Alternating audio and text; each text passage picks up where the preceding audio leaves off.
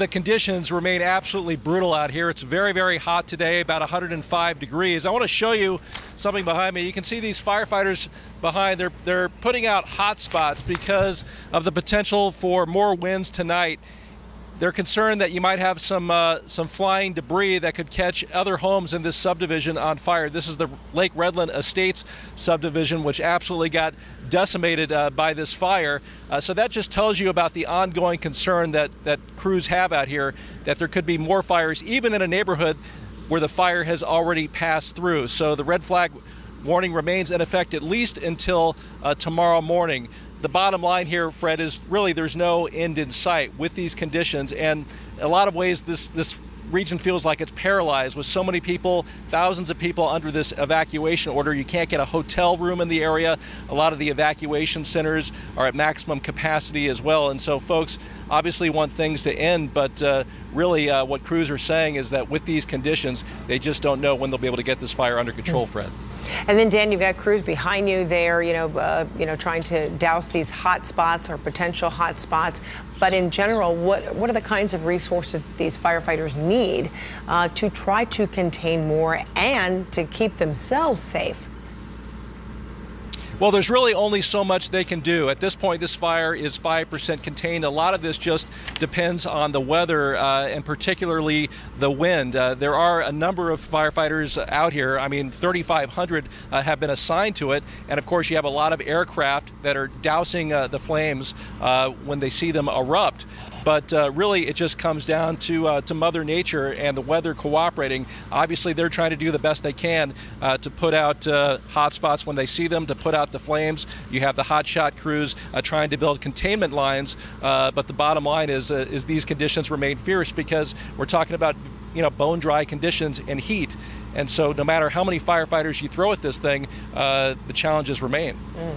And then, Dan, this Carr Fire is just one of several wildfires there in that state. What are the distinctions? Or are they all kind of, morphing together, or are they still staying relatively separate?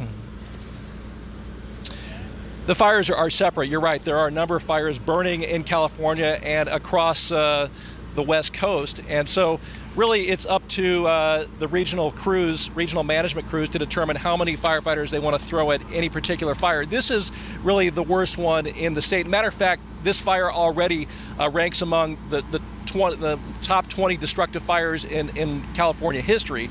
So this is already a historic wildfire with more than 500 structures burned. And once again, who knows how long this is going to go on for. Yeah. All right, Dan Simon, thank you so much. So at least 3 police officers have lost their homes in that fire near Redding, and one of them is Redding's police chief, Roger Moore, who is joining me right now on the phone. So Chief Moore, how are you and your family holding up, knowing that you've lost your home? Hi, thank you. We're doing good. We are doing better than many. We have over 517 homes that were lost. So many people are displaced here in the city of Redding. As far as my family and I, we are safe, and property can be replaced. I know it displaces us a little bit, but with the loss of the 2 firefighters and our citizens, it pales in comparison. So, Chief, what were the moments like before losing your home? Were your family members, you at the house? Did you have to evacuate? What were the circumstances? Yeah, so the fire made an incredible run from our Whiskeytown National Park area on Wednesday, almost touching our city. So Thursday, we were getting ready for evacuations. The winds kicked up like we had spoken about, and these gale force type winds, it created these fire tornadoes. So I was actually sitting in my subdivision monitoring it. I had gotten my family out, and I watched it go completely north through the Lake Redding subdivision, which my father's home also was burned, up to my neighborhood, and then take out many, many neighborhoods that evening. And that was the worst of it as far as the city goes. But this fire is unpredictable. It's going in many, many different directions, and it's very hard to predict.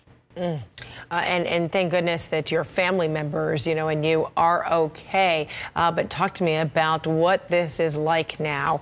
You usually respond, and you're continuing to responding to emergencies, but now you are, straddling both those worlds. Now that you all have been victimized like this, describe for me, if you can, what this feels like for you. Well, of course, we signed up to continue working through disasters. So my family has good support here.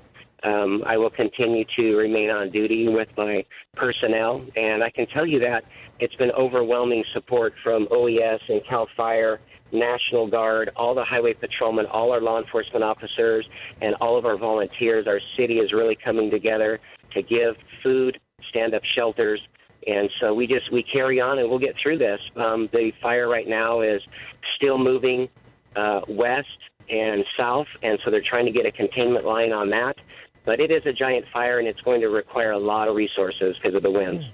Well, we wish you and your family the best, and of course, also counting the blessings that you are all very safe. Redding, California Police Chief Roger Moore, thank you so much.